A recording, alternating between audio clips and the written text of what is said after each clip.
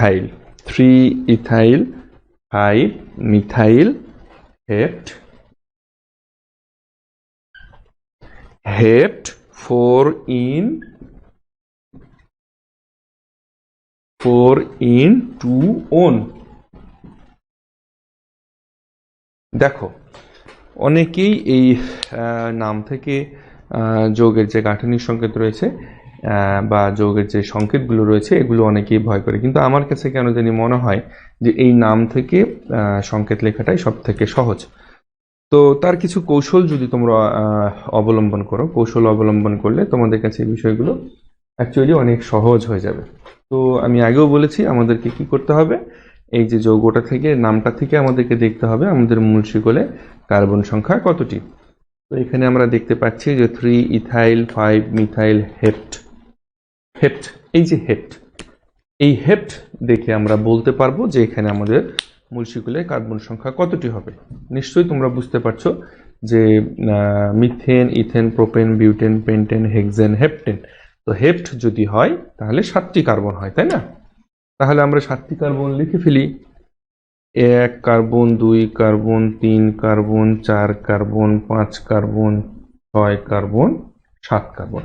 7 carbon আমার লেখা যখন শেষ তখন আমি এই কন্ডিশনগুলো ফিল আপ করি। 3 ইথাইল, দেখো 3 ইথাইল, 1 2 3 C2H5, এটি হচ্ছে আমার ইথাইল। 5 মিথাইল, 5 নম্বর পজিশনে আছে মিথাইল, 1 2 3 4 5, এই 5 নম্বর পজিশনে আছে মিথাইল। এখন এখানে বিষয়টা হচ্ছে এই যে আমাদের শাখাগুলো ইথাইল বা মিথাইল, এগুলোকে তোমরা উপরেও দিতে পারো, নিচেও দিতে পারো, এটা তোমাদের ইচ্ছা। এটা উপরে দিতে হবে বা নিচে দিতে হবে এরকম কোনো বাধা ধরা নিয়ম নেই। এখন আমরা হেপটা আগে কমপ্লিট করেছি, এরপরে আমরা 4 ইন অর্থাৎ 4 নাম্বার কার্বনে ইন মানে দ্বিবন্ধন, 1 2 3 4, এই যে এর সামনে আমাদেরকে দুটো বন্ধন দিয়ে দিতে হবে, তাহলে এই 4 ইনটা আমরা কমপ্লিট করলাম। এরপরে 2 ওন অর্থাৎ 2 নম্বর পজিশনে কিটোন, তাই না? 1 2, দেখো এইখানে যদি আমি CO একটা ও বসিয়ে দিই তাহলে কিন্তু সবগুলো কন্ডিশন আমার ফুলফিল হয়ে যায়, আর কোনো রকমের কোনো কন্ডিশন বাকি থাকে না। এখন এরপরে আমার কাজ যেটা হবে সেটা হচ্ছে আমাকে আমার কার্বনের হাতগুলো ফিল আপ করতে হবে। তো এইখানে আমার হবে CH3, এখানে হবে আমার CH, এই কার্বনে একটা 1 2 3, এখানে একটা H হবে। হ্যাঁ, একটু বুঝতে অসুবিধা হলেও আমি তোমাদেরকে বলে দিচ্ছি এখানে একটা H হবে, আর এখানে আমার কার্বনের সঙ্গে কোনো কিছু লাগবে না, এদিকে 2টা 3টা 4টা, এই কার্বনে লাগবে আমার 2টা, এই কার্বনে লাগবে আমার 3টা। তো যাই হোক, এইভাবে তোমরা প্র্যাকটিসগুলো অনেক অনেক বেশি প্র্যাকটিস করবে। তোমাদের যার বইতে যত রকমের এক্সাম্পল রয়েছে সবগুলো এক্সাম্পল করবে। আর একটা বিষয় তোমাদেরকে বলে রাখি যে ফেসবুকে আমাদের একটা গ্রুপ রয়েছে, সেই গ্রুপটা এই লাইভের সঙ্গেই তোমরা দেখতে পাবে যে গ্রুপটা রয়েছে ফ্রি কেমিস্ট্রি লাইভ ক্লাস এই গ্রুপ। এই গ্রুপে তোমরা জয়েন্ট হলে এখানে তোমরা একজন আরেকজনকে হেল্প করতে পারো। কিভাবে হেল্প করতে পারো আমি বলি। হয়তোবা দেখা যাচ্ছে অনেকের বইতে এক্সাম্পল কম থাকতে পারে, আবার অনেক রাইটারের বইতে এক্সাম্পল বেশি থাকে। তো সেক্ষেত্রে তোমরা একজনের যাদের কাছে বেশি থাকবে সেই এক্সাম্পলগুলো যদি ছবি তুলে গ্রুপে পোস্ট করো তাহলে হয়তোবা আরেকজনের একটা হেল্প হতে পারে। তো বা তোমাদের যে প্রবলেমগুলো থাকবে সেই প্রবলেমগুলো তোমরা গ্রুপে পোস্ট করতে পারো, সেগুলো নিয়েও আমরা নেক্সট ক্লাসে আলোচনা করব। ওকে, আচ্ছা, তো এতক্ষণ আমরা যে নামকরণগুলো দেখলাম সেগুলো হচ্ছে আমাদের কিটোন এর নামকরণ। এখন আজকে আমরা আরেকটি আমরা নামকরণ শিখব কার্যকরী মূলকে, যেটি হচ্ছে আমাদের কার্বক্সিলিক অ্যাসিড এর নামকরণ। ঠিক আছে, কার্বক্সিলিক অ্যাসিড এর নামকরণ।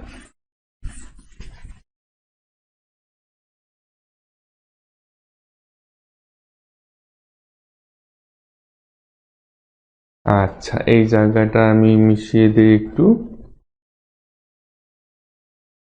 কার্বক্সিলিক অ্যাসিড এর নামকরণ।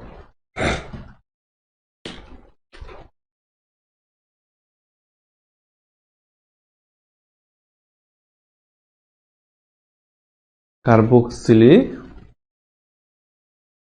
অ্যাসিড, কার্বক্সিলিক অ্যাসিড এর নামকরণ।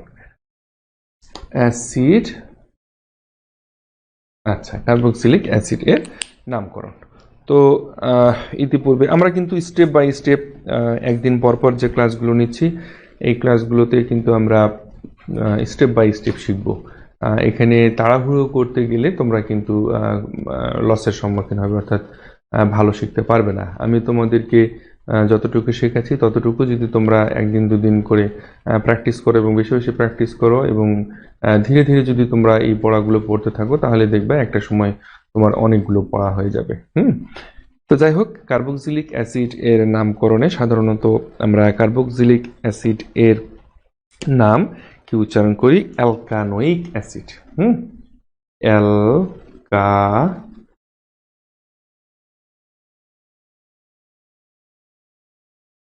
অ্যালকানোয়িক অ্যাসিড। এবং এই যে অ্যালকানোয়িক অ্যাসিড, এই অ্যালকানোয়িক অ্যাসিড এর সাধারণ সংকেত হচ্ছে আমাদের আর bond C double O H, তাই না? অর্থাৎ bond C double O H যদি আমরা বলি, তাহলে আমরা বলতে পারি যে এটি কার্বক্সিলিক অ্যাসিড এর কার্যকরী মূলক। অর্থাৎ এই bond C double O H, এই মূলকযুক্ত যে যৌগগুলো, সেই যৌগগুলোকে আমরা বলতে পারবো যে আমাদের জৈব অ্যাসিডের যৌগ, তাই না? আচ্ছা, এখন তাহলে এই যে আমরা যখন টার্গেট করলাম যে এই মূলকযুক্ত যৌগগুলোকে আমরা জৈব অ্যাসিড বা কার্বক্সিলিক অ্যাসিড বলতে পারবো, তো এগুলোর নামের শেষে আমাদেরকে কি লিখতে হবে? এগুলোর নামের শেষে আমাদেরকে লিখতে হবে নোয়িক অ্যাসিড বা ওয়িক অ্যাসিড। হ্যাঁ, দেখো, নোয়িক অ্যাসিড বা আমাদেরকে কি লিখতে হবে? ওয়িক অ্যাসিড। ঠিক আছে।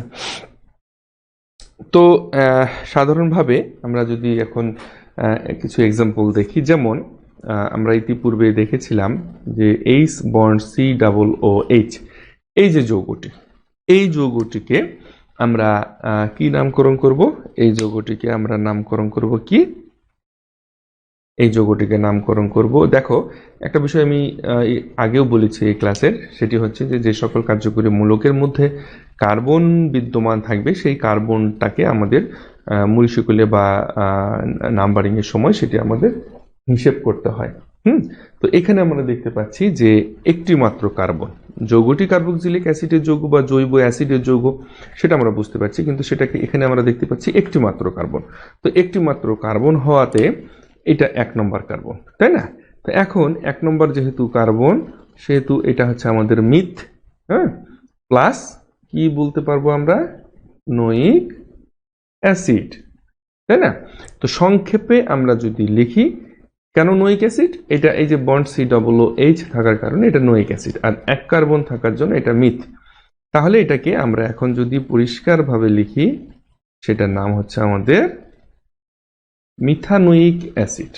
ক্লিয়ার? আচ্ছা, মিথানোয়িক অ্যাসিড। একইভাবে আমরা আরো যদি দেখি, সেটি হচ্ছে যে যেমন দেখো CH3 C double O H, এই CH3 এবং C ডাবল ও H এটি থাকার জন্য আমরা এটি দেখতে পাচ্ছি কার্বক্সিলিক অ্যাসিডের যৌগ বা জৈব অ্যাসিডের যৌগ, এবং এটি হচ্ছে আমাদের 1 নম্বর কার্বন এবং এটি আমাদের 2 নম্বর কার্বন। তো দুটি কার্বন হওয়ার জন্য আমরা কি বলতে পারি? ইথ প্লাস নোয়িক অ্যাসিড। তাহলে এটাকে আমরা সংক্ষেপে বলতে পারি ইথানোয়িক অ্যাসিড। ওকে, ইথানোয়িক অ্যাসিড। আচ্ছা, এখন এভাবে আমরা যতটি কার্বন থাকবে ততটি সংখ্যা, যেমন 5টি কার্বন যদি থাকে তাহলে আমরা বলতে পারবো পেন্টানোয়িক অ্যাসিড।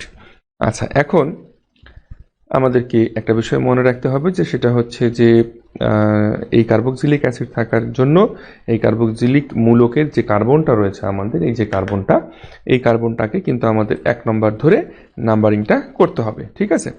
এখন আমরা যদি এর আগেও আমরা দেখেছিলাম যে যদি আমাদের এই জৈব যৌগের যে সংকেতটা রয়েছে এর মধ্যে যদি আমাদের দ্বিবন্ধন বা তিন বন্ধন থাকে, তাহলে ওই যে অ্যালকোহল বা কিটোনের ক্ষেত্রে আমরা যেরকমটা শিখলাম সেরকমটা এখানেও আমাদের অ্যাপ্লাই করতে হবে, যে তখন আমাদের আর নোয়িক অ্যাসিড নামকরণ করা যাবে না।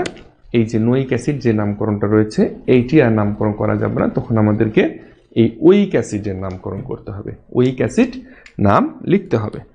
তো চলো আমরা সেটার জন্য কিছু এক্সাম্পল দেখি।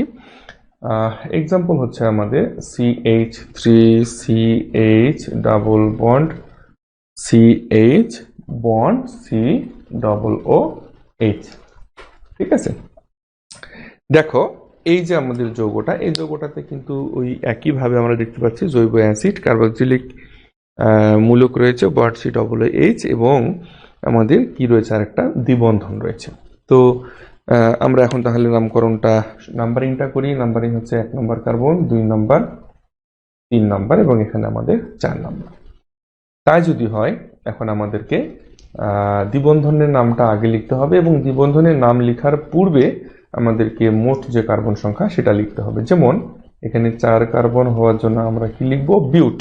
ওকে, বিউট, এবং এই 2 নম্বর পজিশনে আমাদের রয়েছে দ্বিবন্ধন, তাহলে আমরা লিখব বিউট 2 ইন, বিউট 2 ইন। আর এরপরে লিখতে পারবো আমরা 1 নম্বর কার্বনে আমাদের দেখো কার্বক্সিলিক অ্যাসিডটা রয়েছে, তাহলে আমরা এটা এখানে লিখতে পারবো 1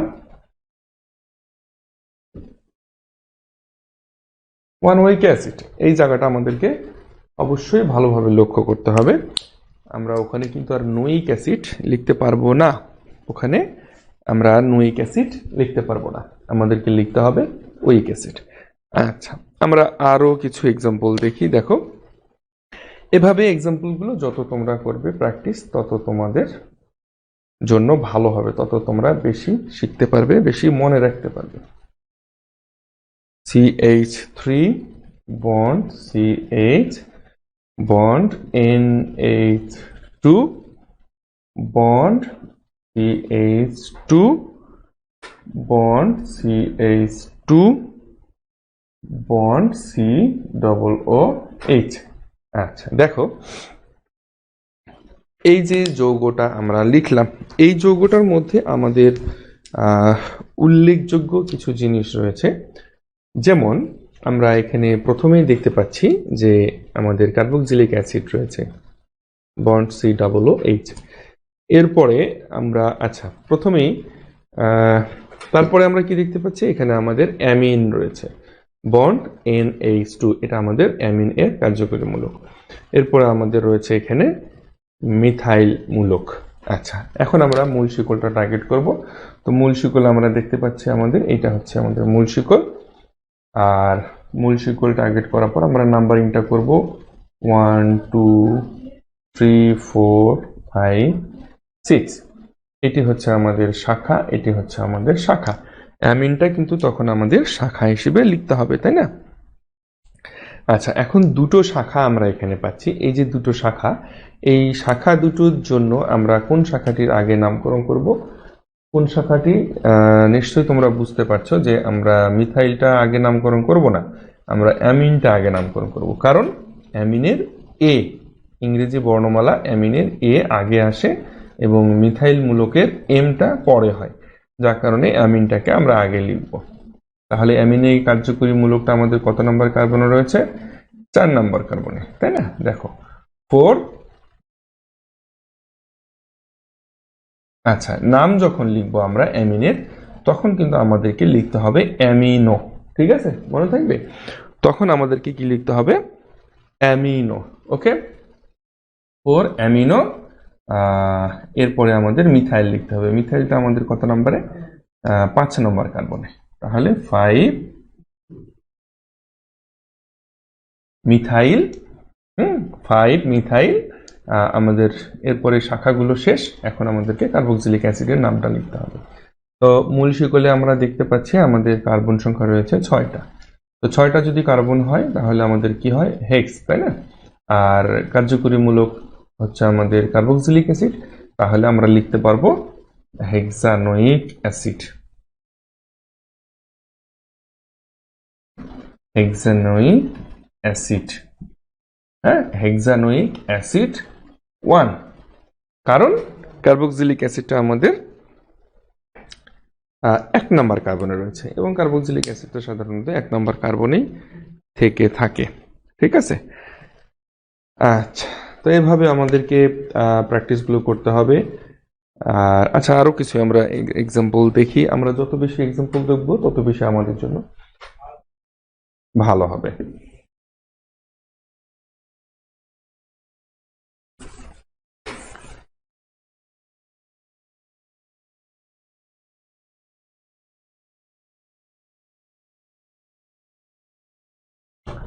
আচ্ছা, দেখো, এরপরে আমরা আরো কিছু এক্সাম্পল দেখি। Example CH3 bond C, triple bond C, triple bond C